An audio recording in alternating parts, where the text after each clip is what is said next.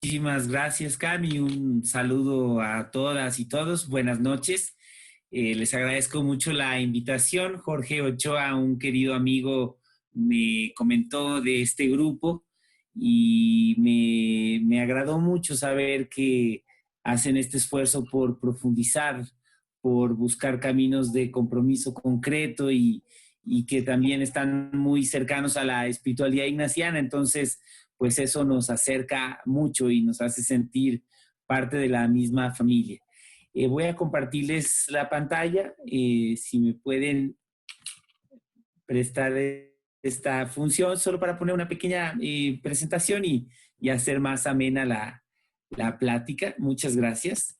Ustedes me dicen cuando se esté viendo.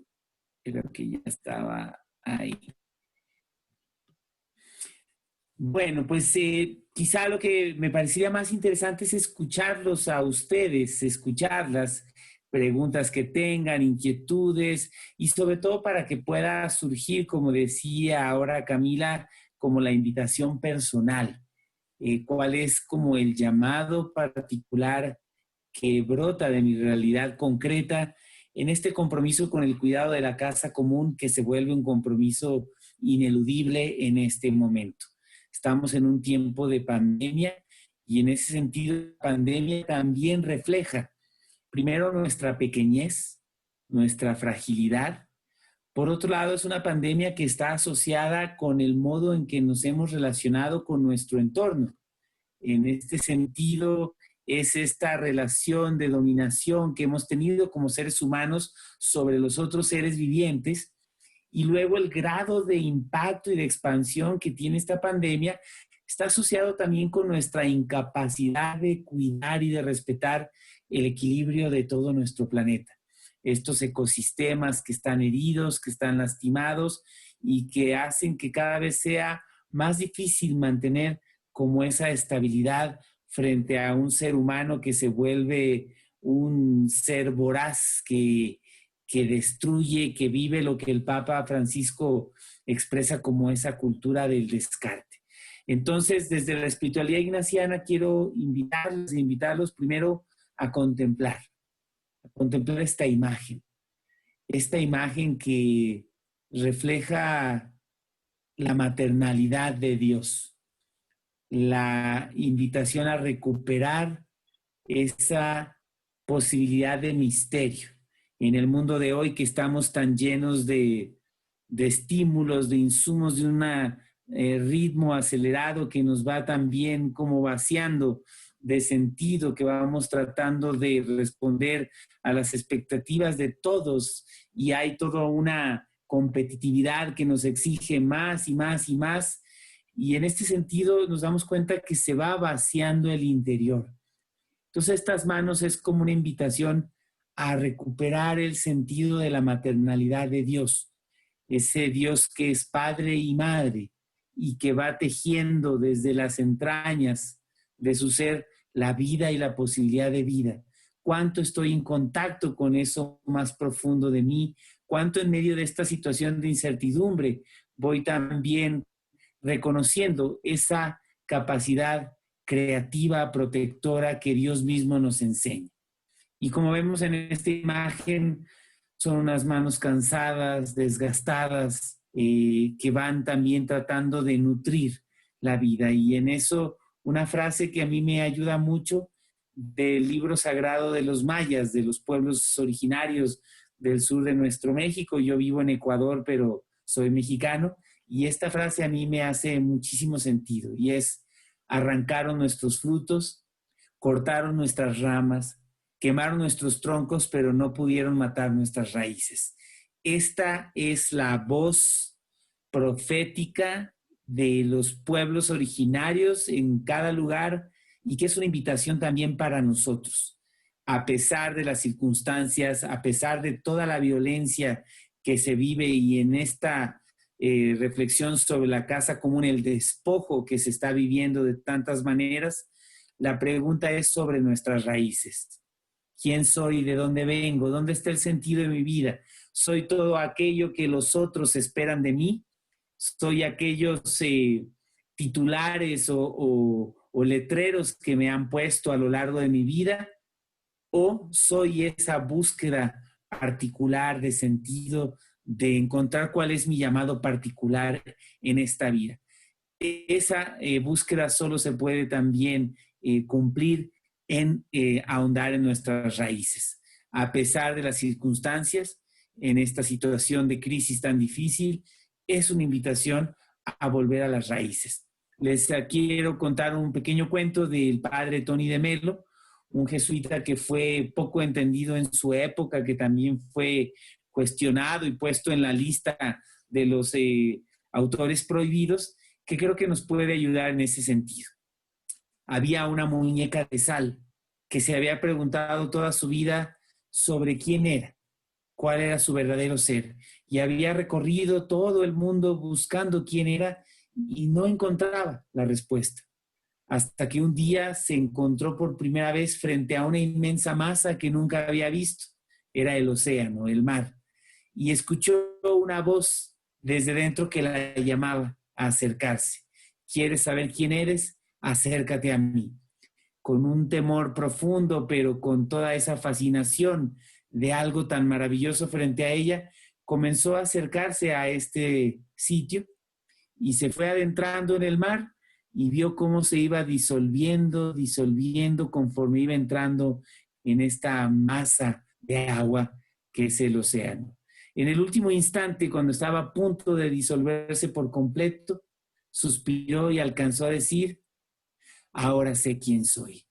Esta es la invitación a la búsqueda de misterio. No es una búsqueda racional ni a partir de cumplir con los éxitos superficiales, sino tiene que ver con hacernos uno con el flujo de vida, hacernos uno con esa fuerza espiritual. Por eso los pueblos originarios con los que tengo el privilegio de trabajar de muchas maneras nos enseñan también esta armonía y esta integralidad que creo que nosotros, los que vivimos más bajo modelos de sociedades occidentales, nos hemos perdido por completo. Y luego el padre Teilhard de Chardin, un jesuita también muy incomprendido en su época, era un científico del más alto nivel, un paleontólogo, pero que también vivía con absoluta profundidad su fe y ayudó en un momento en que esto era prohibido, cuestionado, a unir la fe con la ciencia, a decirnos que no están peleadas, que la iglesia no puede ir contra la ciencia, que la ciencia contribuye para el avance de la humanidad, para su crecimiento, su desarrollo, y que la fe debería también asumir y abrazar esto. El padre Teilhard de Chardin fue un explorador que encontró con un grupo de paleontólogos aquello que se llamaba el eslabón perdido.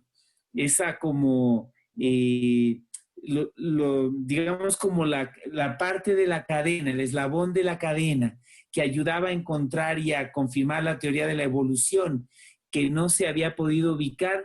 Él fue parte del equipo de paleontólogos que estaban en las estepas de China y que descubrieron dónde estaba ese eslabón que faltaba para ayudarnos a entender verdaderamente la teoría de la evolución, que venimos pues de todo un proceso y que además en ese sentido no está peleado con la fe. Él dijo esta frase que a mí me ayuda mucho y es: no somos seres humanos teniendo una experiencia espiritual, somos seres espirituales teniendo una experiencia humana. Esto lo cambia todo. Para los que somos de alguna manera seguidores o miembros de la espiritualidad ignaciana, aquí hay una lección profunda. Es la misma contemplación de la encarnación, donde Dios mismo ve la realidad, contempla este mundo en el que nos encontramos y decide adentrarse en este mundo, decide asumir nuestra condición, compartir con nosotros en todo, para caminar en medio de la realidad. Esa es también nuestra invitación. Estamos encarnados en esta realidad, tratando de construir un sentido y un camino para los creyentes, un camino de reino, pero nuestra vida es trascendente. Y entonces aquí esta frase del Principito, que creo que es una frase muy importante para poder contactar con lo sagrado del cuidado de la casa común. Y es esta que dice: he aquí mi secreto, que no puede ser más simple. Solo con el corazón se puede ver bien. Lo esencial es invisible a los ojos. ¿Qué es lo esencial para ti? Cuando piensas en esperanza, cuando piensas en futuro, cuando piensas en posibilidades, y esto es un acto revolucionario en este momento de pandemia, ¿qué es lo que le da sentido? ¿Qué es lo esencial que vemos desde el corazón? Y en este sentido, les quiero compartir algunas claves de la espiritualidad que necesitamos para abrazar el cuidado de la casa común, todo lo que la encíclica del Papa Francisco Laudato Si nos está planteando. Y en este sentido es primero una espiritualidad de la creación. Dios mismo, por puro amor, decide crearnos. Y en ese amor profundo nos crea a partir de la tierra. Toma el barro de nuestra realidad concreta y con esto nos moldea a imagen y semejanza y sopla un soplo de vida. No debemos de tener miedo a esas tradiciones de comunidades indígenas, de otras culturas y religiones que nos conectan con nuestro propio origen, con la tierra. En el sínodo amazónico, en el cual tuve oportunidad de participar directamente y un regalo muy grande con mucha cercanía al propio Papa Francisco, había muchas críticas porque decían que nuestra religión estaba amenazada por una mirada pagana, una mirada ajena a la iglesia, por rituales indígenas que no son nuestros. Cuando en la práctica, en este origen de la vida, en nuestra tradición, en el relato de la creación, venimos de la tierra. Cuando el miércoles de ceniza nos aplican esa ceniza, nos dicen: del polvo vienes y al polvo volverás. Hay una conexión natural. También está presente en nuestra tradición de fe de conexión con la tierra. El cuidado de la casa común tiene que ver con el propio origen de nuestra fe, con lo que es esencial en nuestra propia fe. Así que una verdadera espiritualidad de la creación. La segunda, una espiritualidad de la fraternidad. En el relato de Caín y Abel, donde Caín representa el modelo dominador, el modelo destructor, el que quiere controlar, como ahora lo vemos con todas las industrias extractivas, con el agronegocio que busca tomar más tierras, destruyendo todos los ecosistemas y expulsando a los pueblos indígenas de sus territorios. Ese es el modelo de Caín frente al modelo de Abel, que es el que protege, el que cuida la vida, el que busca un ritmo armonioso que permita que, como ya decíamos, haya posibilidad de un mañana y que otras generaciones puedan tener vida. Cuando Caín asesina a Abel, Dios le pregunta por su hermano. Y es la pregunta que nos hace a nosotros hoy. Aplíquense esa pregunta a ustedes mismos y a ustedes mismas. ¿Dónde está tu hermano?, nos pregunta Dios. Y la respuesta de Caín es la respuesta que damos, sea por acción o por omisión, de tantas maneras y en tantos lugares todavía el día de hoy. Caín responde: ¿acaso soy el guardián de mi hermano? Preguntémonos si no es así que respondemos cuando Dios nos pregunta: ¿dónde está tu hermana madre tierra? ¿Dónde está tu hermano indígena? ¿Dónde está tu hermano empobrecido? Y nuestra respuesta, insisto, por acción o por omisión, suele ser: ¿acaso yo tengo responsabilidad sobre él? Él o ella es su propio problema. Yo no tengo nada que ver con él. El Papa Francisco, en la encíclica Laudato Si, nos invita a ver a la casa común no solo como un sitio, no solo como recursos para aprovechar, sino como una hermana y una madre. ¿Cuál es la responsabilidad que asumimos frente a esta realidad? ¿O será que el Caín que vive dentro de cada una y cada uno sigue venciendo y sigue respondiendo: yo no soy responsable por el otro? Tercera espiritualidad, la espiritualidad de la liberación. Moisés, llamado por Dios, igual que ustedes, que yo, bastante frágil, bastante lleno de limitaciones, medio tartamudo, dicen que había matado a alguna persona, se tenía que esconder, y Dios mismo lo llama y le dice: quiero que tú hables por mí. Cuando Moisés encuentra esa zarza ardiendo, que representa nuevamente la naturaleza, el misterio de vida, la presencia de Dios en todo lo creado. En la espiritualidad ignaciana, encontrar a Dios en todas las cosas. Encuentra ese fuego que no se apaga, que es como cuando tenemos una experiencia profundísima de Dios, de misterio, de encuentro, y que no la podemos de alguna manera abarcar. Y ese mismo llamado, a través del fuego, Dios le llama a Moisés como nos llama a nosotros. Moisés se acerca. Esa es una invitación de Dios, una invitación a experimentar vida, trascendencia y misterio. ¿Y qué le dice Dios a Moisés? Lo mismo que nos dice hoy. Quítate las sandalias, porque la tierra que pisas es tierra sagrada. Lo que han querido calumniar y acusar de pagano en nuestro sínodo amazónico por la espiritualidad de los pueblos indígenas, en realidad refleja también parte de nuestra tradición. La tierra es sagrada. Nos tenemos que quitar los zapatos, las sandalias para tocar la presencia de Dios, porque la misma vivencia de Dios acontece en esta tierra. Lo encontramos en las personas, en toda la creación, en la naturaleza, y ella está herida. Y Dios le dice a Moisés: he visto, he escuchado y he sentido el clamor de mi pueblo y te pido que lo liberes. ¿Cuánto estamos haciendo todos los días en nuestra opción cotidiana para liberar a este pueblo oprimido, que en este caso la hermana madre tierra destruida, el pobre empobrecido, las circunstancias de exclusión que vemos todos los días? ¿Cómo respondemos al llamado de Dios de tocar esa tierra sagrada, de liberarla? Y luego una siguiente espiritualidad, que es la espiritualidad de la encarnación, que esto está en el centro de nuestra espiritualidad ignaciana. Seguramente algunos habrán hecho retiros o algunos ejercicios espirituales, y en el centro de, de los ejercicios está la contemplación de la encarnación. Dios Trinidad, Dios Padre, Hijo y Espíritu Santo, mirando la realidad de nuestra tierra, mirándonos hoy. ¿Qué será la palabra de Dios sobre nuestra realidad hoy, en medio de esta pandemia, con situaciones de injusticia enormes, con desigualdad, con destrucción, con guerra? ¿Cuál será la mirada de Dios sobre esta realidad? Pues la misma que nos relata San Ignacio en los ejercicios.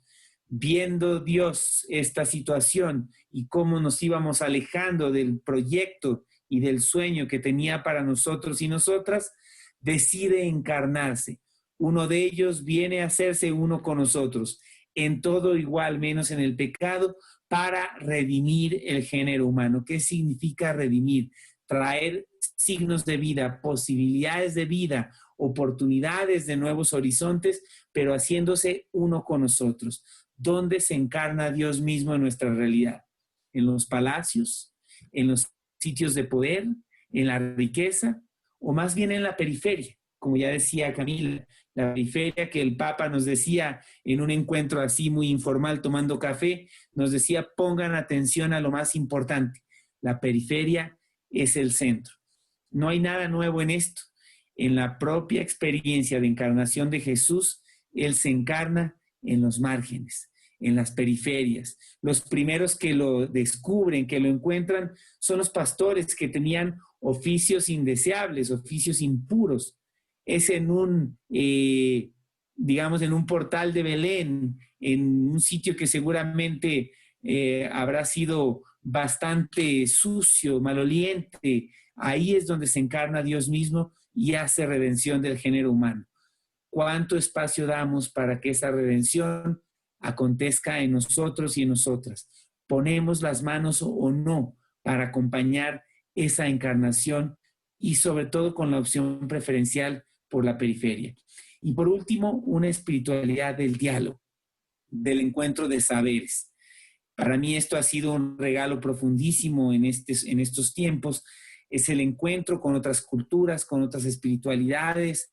Soy miembro de CBX hace muchos años y he tenido la oportunidad de viajar a muchos lugares con la CBX, también con este trabajo por la Amazonía, y lo que vemos es otras espiritualidades que me enriquecen, que no me amenazan, cuando están bien afianzadas mis creencias, cuando tengo certeza también de esta posibilidad de enriquecimiento mutuo, viene la apertura, otras espiritualidades, otros modos, otras religiones que enriquecen. Hoy estamos en el tiempo de una espiritualidad del diálogo de saberes.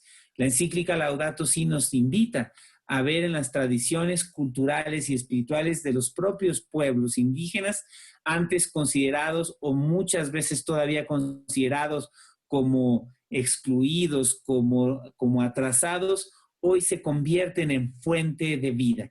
¿Qué podemos aprender de esas espiritualidades? Ellos han tenido una relación mucho más armoniosa con la hermana Madre Tierra, lo que nosotros hemos fracasado, porque hemos llegado al punto de límite de destrucción de nuestra casa común, poniendo en riesgo a las futuras generaciones. Los pueblos originarios nos enseñan a vivir con menos, a vivir con una armonía distinta, a reconocer la sacralidad, la presencia sagrada de Dios en todo lo creado. Muy propio de nuestra espiritualidad ignaciana, como ya les decía, encontrar a Dios en todas las cosas. Bueno, voy un poquito más rápido porque me interesaría más escucharles a ustedes. Entonces, la clave central de la encíclica del Papa, que está cumpliendo 5 años, es reconocer que todo está conectado. Esto nos costaba mucho trabajo.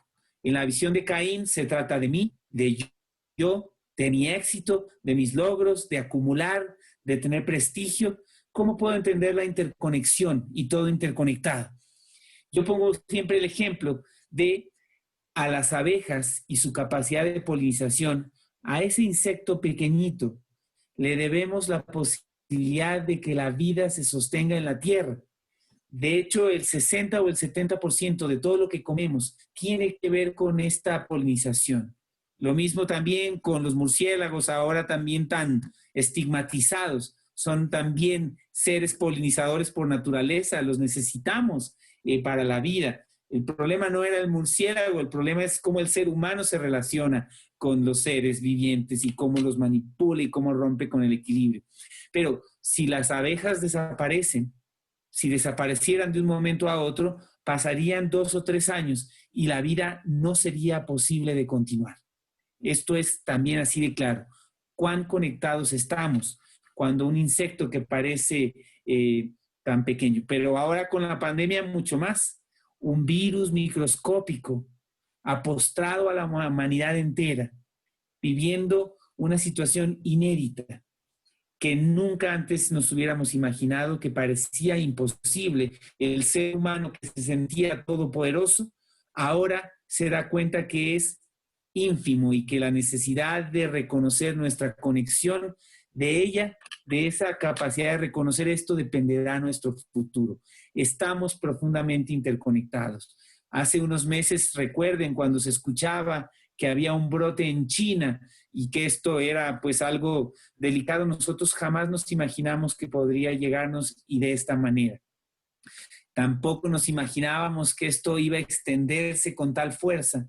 Y lo cierto es que esta será una pandemia probablemente entre muchas más que puedan venir después. ¿Cómo replanteamos la vida cuando sabemos que no somos todopoderosos, que somos profundamente frágiles y que aquí no hay ningún tema de un Dios castigador ni alguien que nos está cobrando la cuenta? Somos nosotros mismos los que hemos roto el equilibrio y que ahora tenemos la posibilidad de sanar esta realidad, o lo que muchos ahora están planteando, lo más rápido posible volver a lo mismo, hasta que nos venga otra pandemia más fuerte o hasta que la situación de la emergencia climática, que es un hecho constatable por la ciencia, terminen también de liquidar a grandes porciones de nuestra población, donde saben que sobre todo los más pobres son los más vulnerables como siempre.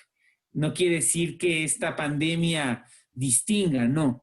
Quiere decir que los que tienen menos acceso a servicios de salud o a las necesidades básicas, a la infraestructura de higiene básica, o también la situación de desnutrición, de enfermedades preexistentes, nos hace saber que estamos todos conectados. El rostro de un mundo roto. Aquí insistir mucho, el único y verdadero problema ecológico hoy no es la falta de bienes de la creación, los mal llamados recursos. No es que no tengamos suficientes bienes de la creación, es que el verdadero pecado ecológico se llama inequidad planetaria. Este modelo no puede seguir. El Papa lo ha dicho con todas sus palabras. Este sistema mata. Mata porque excluye, mata porque destruye, mata porque acaba y arrasa con la vida. Y les doy unos datos concretos. En este momento tenemos 6 familias que concentran la misma cantidad de riqueza que el 50% más pobre del planeta. 6 familias o corporativos, el equivalente a 3.700 millones de personas. Esto es inviable, insostenible. El planeta es finito, tiene límites y nos han enseñado que el desarrollo es ilimitado. Hoy estamos consumiendo el equivalente a 1.6 planetas. Si todos aspiramos al modelo de desarrollo como el de Estados Unidos, de Alemania, que eso es lo que nos meten a través de los medios, necesitaríamos 6 o 7 planetas. Solo existe un planeta. Estamos ya por encima de su capacidad de carga. La huella ecológica, la suma de todas nuestras actividades humanas por encima de la capacidad de regeneración del planeta, ya está superada. Y en este sentido, necesitamos encontrar otro modelo. Y ciertamente el pecado estructural se llama la cultura del descarte y la inequidad planetaria. Otro dato, el 1% de la población más rica concentra el 85% de toda la riqueza del planeta. 1.000 millones de personas que están con hambre hoy frente a el desperdicio del 40% de toda la comida que se produce. Ahí hay un problema ético. Hay un problema ético de acaparación, de una visión de descarte, de usa y tira, y hay un problema ético de no poner los medios. Como está pasando con la pandemia, no se está viviendo una genuina solidaridad planetaria para atender esta situación, pero llevamos años donde esta situación de pobreza, de hambruna, es realmente hiriente. Y al mismo tiempo estamos desperdiciando la comida. No es que no haya suficientes bienes de la creación, mal llamados recursos. Es que están en manos de muy pocos, que cada vez siguen acumulando más y más y ponen a la situación de desigualdad en un punto de límite y de no retorno. Si se dejara de invertir el 6% de lo que se invierte en armamento y en industria militar, podríamos sacar de la pobreza a todos los que están en esta situación. A los más de 1.300 millones de habitantes que están en pobreza, los podríamos sacar si tan solo abandonáramos esta visión de dominio, de confrontación, de guerra o de temor del otro para poder asumir el proyecto de Dios, que es el proyecto de encarnación que acontece en los márgenes. Bien, un poco más rápido, vamos al tema. Entonces la tierra está gritando, la tierra grita, y el grito de la tierra se une al grito de los pobres. Esto es un elemento central de la encíclica Laudato Si. No hay dos crisis separadas, una social y una ambiental. Es una sola crisis, que es socioambiental. Nos han querido vender la idea de que el tema ecológico es solo para los ambientalistas, verdes, medios hippies, y entonces no se puede atender eso porque lo que hay que atender es a los pobres.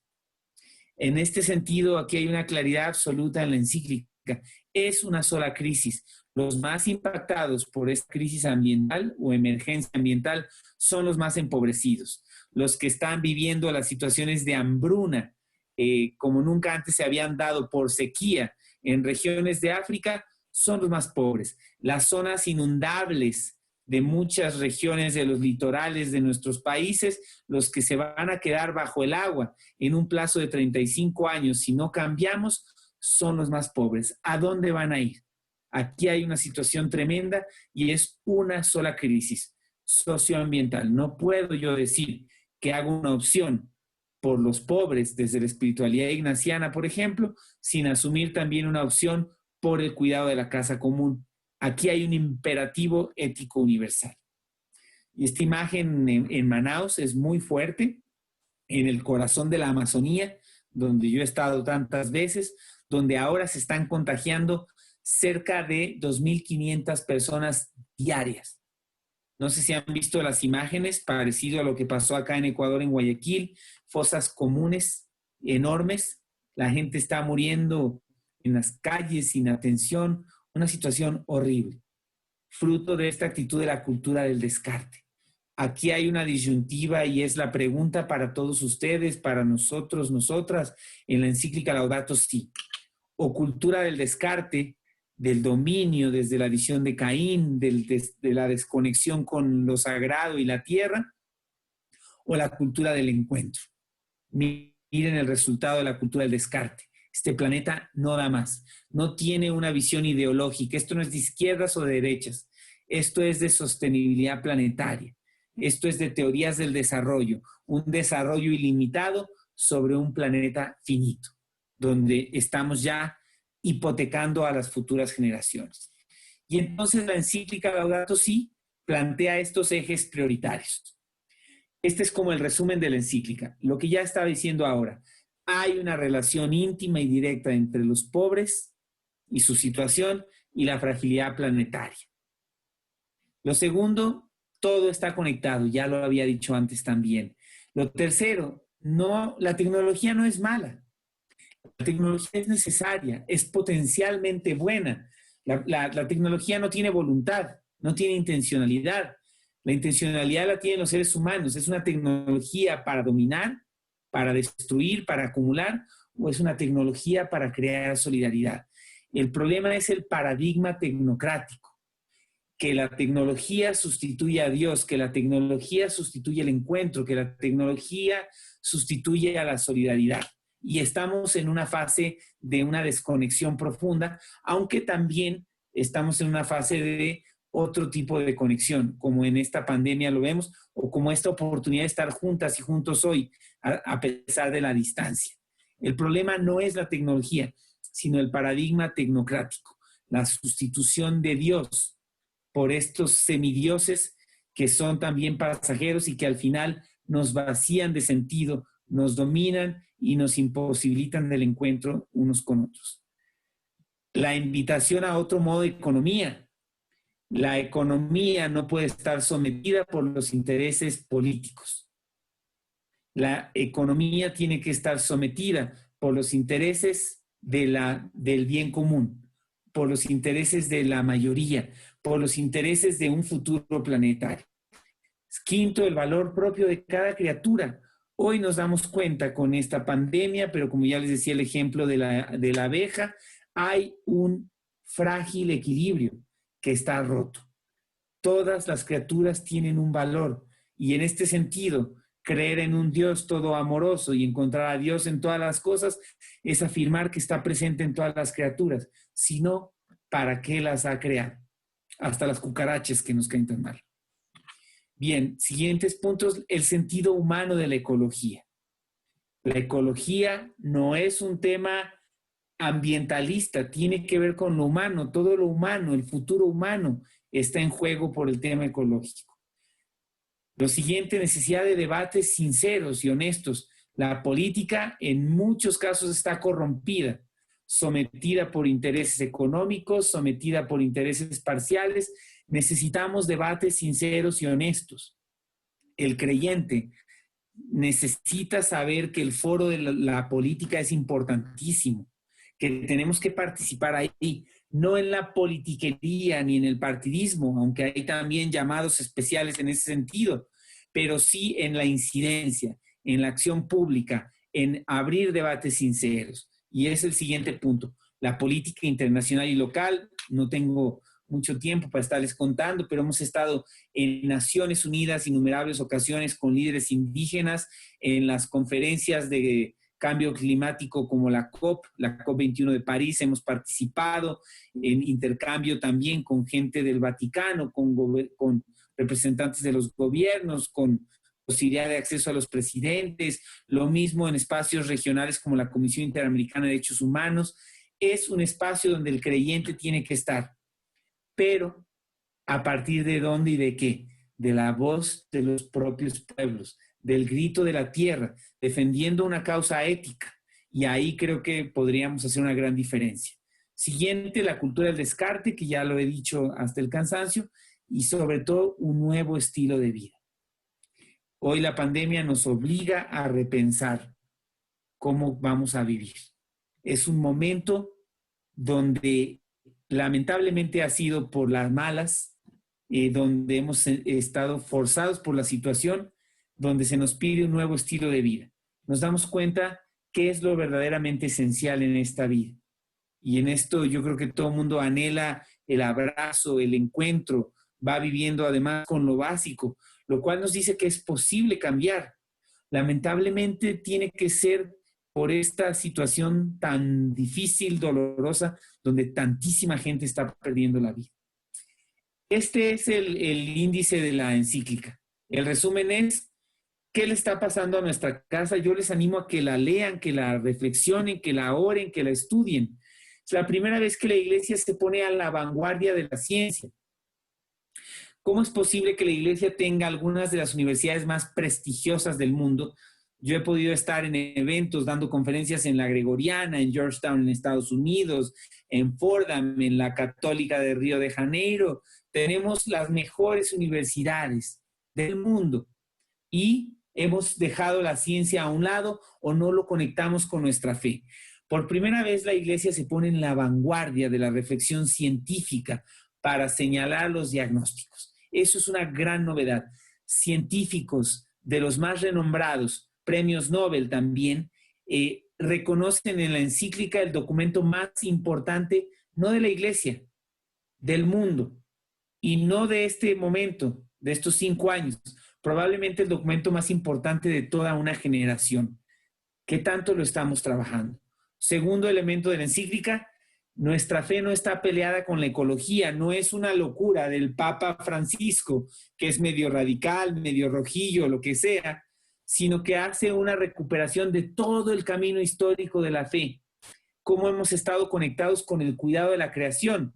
Desde el Génesis, como ya les comenté, en los relatos de Moisés, la tierra sagrada, y en el modelo de Jesús mismo, buscando la plenitud, la vida plena, las condiciones adecuadas, hay todo un tema de un evangelio de la creación. Tercero, la crisis no nos llegó. La crisis no es algo que tenía que ver con un proceso cíclico. Estamos entrando en la 6ª era de extinción masiva de las especies y es por nuestra causa. Está claramente sustentado que esta situación de crisis tiene una causa antrópica, o sea, los seres humanos lo hemos causado. El modelo de desarrollo, lo que hemos vivido en los últimos 80 o 100 años de la fase industrial más neoliberal y liberal neoliberal, ha puesto al planeta en una situación de crisis que durante millones de años no se había vivido. Somos causantes de esto, pero también la esperanza es que nosotros mismos podemos cambiar la situación. La categoría de ecología integral. Hoy no se puede ser creyente en la iglesia, en Jesucristo, si no se asume una apuesta por la ecología integral. Significa la ecología en lo político, la ecología en lo social, la ecología en lo económico, la ecología en lo cultural, la ecología en lo humano. No sé qué carreras hayan estudiado algunos o a qué se dediquen, pero todas las ciencias que se han fragmentado necesitan poder también entrar en diálogo. Y esta es una invitación de la ecología integral, el diálogo de las distintas disciplinas y dimensiones para responder a una realidad en común, a un fenómeno común. Y los animo mucho a leer sobre todo los capítulos 5 y 6 de la encíclica. Son un programa detallado de acciones de educación ecológica, de espiritualidad ecológica, de acción pública, de todo lo que necesitaríamos para tener una actuación relevante en materia del cuidado de la casa común, está ahí presente. Por cierto, les voy a mandar ahora por el chat, cuando estén ustedes hablando, la REPAM, la red que coordino y que pues tuve el privilegio de poder cofundar, elaboramos una serie de programas educativos de la encíclica Laudato Si, que se han usado en muchísimos lugares, están en español, en inglés, en portugués. Y es una forma creativa de explicar la encíclica. San Francisco de Asís, que vuelve a la tierra 900 años después, empieza a dialogar con las criaturas como siempre lo hizo, pero ahora empieza a hablar con el hermano petróleo, con la hermana soya transgénica, con la hermana lombriz, y desarrollamos todo el contenido de la encíclica de esa manera creativa que realmente es muy interesante. Hemos también hecho unos programas de animación también con esta misma propuesta. Los pueden encontrar fácilmente como, el primero se llama Serie Radial Laudato Si, ahora les pongo el enlace, y el otro se llama El Viajero de Asís, que es una animación muy bonita que les puede servir. Bien, siguiente punto para ir cerrando. Estamos llamados a una sobriedad feliz. Esto nos dice la encíclica. No se trata de que todos vivamos como los pueblos originarios de la Amazonía. Eso es irreal, ingenuo. Se trata de darnos cuenta de los límites y experimentar lo que estamos experimentando en estos días. ¿Dónde está lo esencial? ¿Cuánto realmente necesito para poder vivir con plenitud y con dignidad, pero que otros puedan vivir dignamente? Los que menos tienen, que puedan tener acceso a lo mínimo, que las futuras generaciones también tengan posibilidad. Es un estilo propio de los seguidores de Jesús, que tiene que ser un modo alternativo de vida, de gozar profundamente desde la contemplación sin obsesionarnos por el consumo. Una espiritualidad de un crecimiento con sobriedad. No estamos contra el crecimiento, obvio que no. Estamos comunicándonos gracias al desarrollo, a la tecnología. Lo que necesitamos es una cuestión que sea sobria, gozar con lo necesario, gozar con poco, volver a la simplicidad, valorar lo pequeño. Un libro icónico de hace 60 o 70 años, Lo pequeño es hermoso, de Schumacher, ya hacía este planteamiento también. No apegarnos a lo que tenemos o entristecernos por lo que no poseemos. Piensen ustedes quizá en personas que conocen, que en esta pandemia están sufriendo fuertemente por esos apegos materiales. O piensen cuántos otros han descubierto el valor del encuentro, el sentido de un abrazo, pues por la ausencia que estamos viviendo ya en estos días. Igual que ustedes, nosotros acá en Ecuador ha sido mucho más intenso el cierre y la cuarentena. Llevamos ya, son 2 meses y medio también y bueno, pues es una situación bastante compleja, ¿no? Estos son los desafíos que nos presenta la encíclica: la contaminación y la cultura del descarte, el cambio climático, que es una realidad antrópica causada por los seres humanos, la cuestión del agua, gravísimo. Yo que trabajo en la Amazonía, el 20% del agua potable, no congelada del planeta, está ahí, pero la estamos destrozando. Estamos rompiendo el ecosistema amazónico y 1 de cada 5 vasos de agua que tú tomas, que yo tomo, que todo ser humano bebe, que se lo debe a la Amazonía, puede desaparecer. La pérdida de la biodiversidad, están desapareciendo especies, aunque ahora con la cuarentena reaparecen muchos como dinamismos de la flora y de la fauna que se habían apagado por nuestra presencia, pues la vida tiene y haya los modos de abrirse camino. La calidad de vida y la inequidad planetaria, que ya he hablado hasta el cansancio. Bueno, yo creo que sí. Cerramos con tres palabras que quiero dejarles, y más bien para escucharlos a ustedes. La primera es metanoia. Esa palabra viene de nuestra tradición creyente y significa conversión, conversión radical del corazón. El Papa ya puede escribir otras 5 encíclicas. Pueden ver las catástrofes más fuertes incluso frente a sus ojos.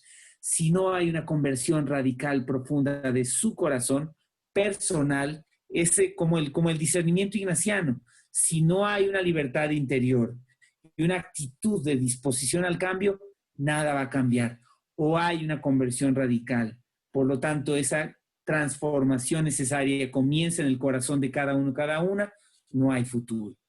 Segundo, la otredad, la alteridad. Les recomiendo mucho a Emmanuel Levinas. un escritor de filosofía existencial que ha tratado todo el tema de la otredad y la alteridad. Solo soy persona en la medida que me encuentro con nosotros. El misterio de la vida solo se descubre en el encuentro con otro y con otra. Pues más difícil aún, ¿soy capaz de reconocer a la hermana madre tierra como verdaderamente otra? ¿O es simplemente recursos para explotar y destruir? El modo de Caín, el modo de las sociedades de desarrollo dominantes hoy de cultura del descarte, han visto a la tierra, no como hermana ni como madre, como un depósito para sacar y destruir sin importarnos por nadie más ni por las futuras generaciones. Puedo reconocer en el otro, y sobre todo el otro y la otra más pobre y empobrecido, quien más está sufriendo por causa de este pecado estructural. Puedo reconocer como otro a la hermana madre tierra, si no, no hay futuro.